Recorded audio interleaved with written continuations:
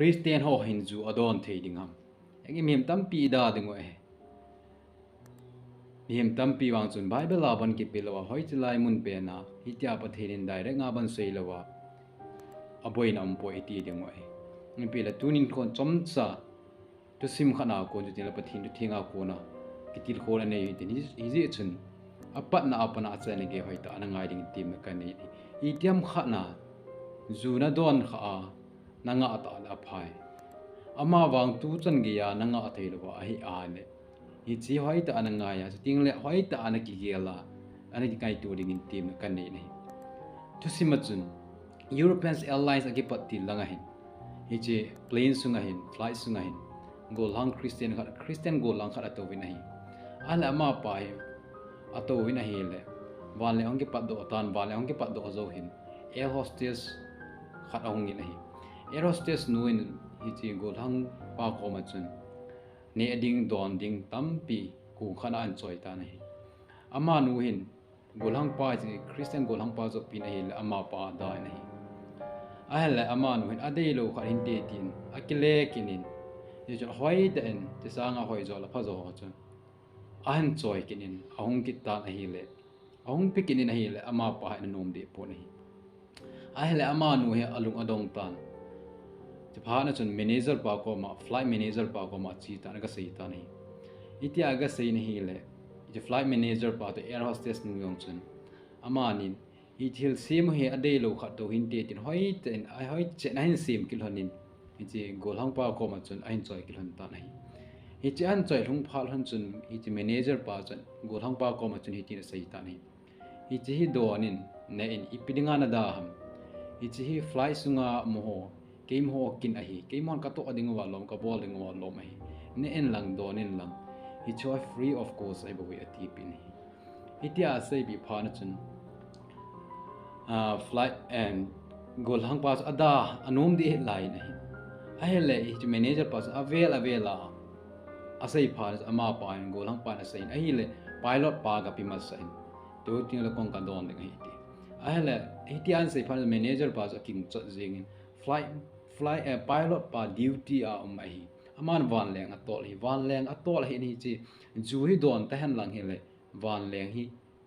accident na thei chance hoi ta mi teng lam hi ti tabang chungum khata le mi him tam pi thi ding ai ti na sei pi ta ni ni tia sei bi pha na chu ni chi go lang pa chu amit angoi yeng amai angoi jeng ni ni chun ama pa yang sei ni ti van leng tol pan na van leng tol pa duty a mai keima yang Christian ka hi keima Christian khat ka hi na hi pha zo sin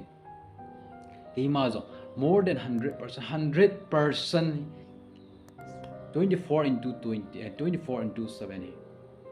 pha zo se a duty a kum jing ka hi ni den khat sunga ni kho khat sunga ni den som ni li ji sunga hai duty a ka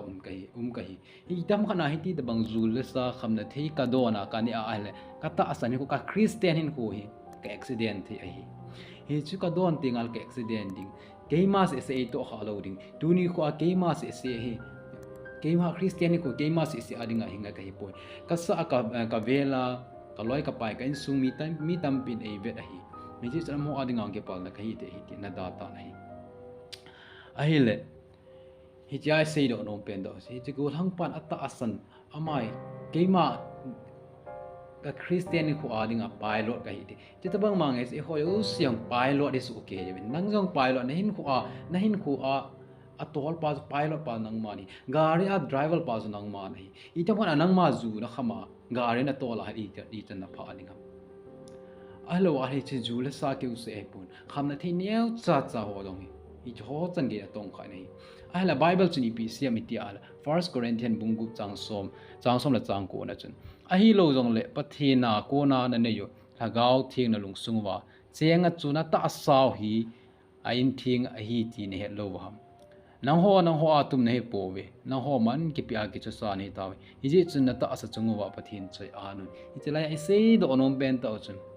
ai ala thagau thing na lung sungwa a chenga chu na ta asaw hi a in thing na ta asaw hi a in thing pathe hoi pathe in thing hi ta we ta san cha te se pathe in thing hi ta we a hi le tu hin nang mai thil khana sim go e in hoi ta khat na sim goi in hoi ta khat na sim na dinga chu I bithil na mang de in hoi ta khat sim na dinga chu thing mot na man lo dingai thing hi zong le thing chawai ho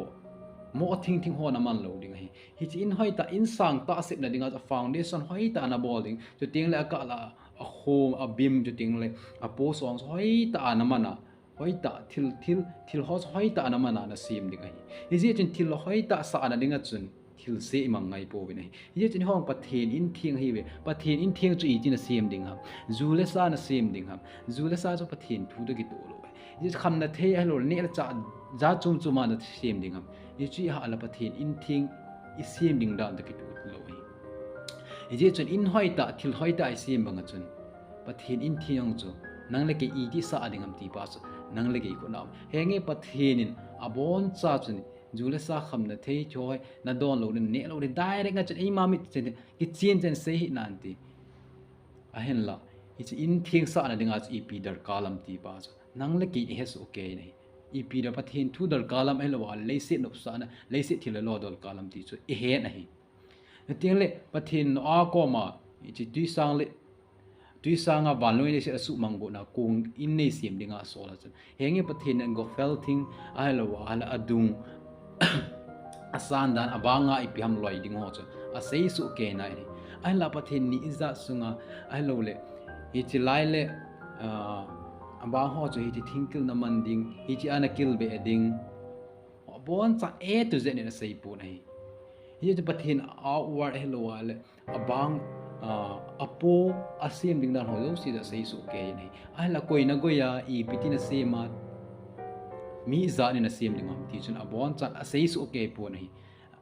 a hen lap no ai hi ti tabang in lin sim na dinga su mi za ngai cham I tabang ni kho I za ni kho I za hu ngai ding am ti chu no ai ama cham ta a to adung zui za a to adung zui da pu ji chun nang la ke yang pathen in thing sa hi pathen in thing sa chu ai nei pa lung dei lama ai sa ding am ai lo la nang la ke I dei da na ai sa ding am ti chu chai na pe na ki gel ding in tim na khan nei na hi a chai na ke yan nei nen ngai ji na chunga ke pa thu kan sin pathen in pathen bo ta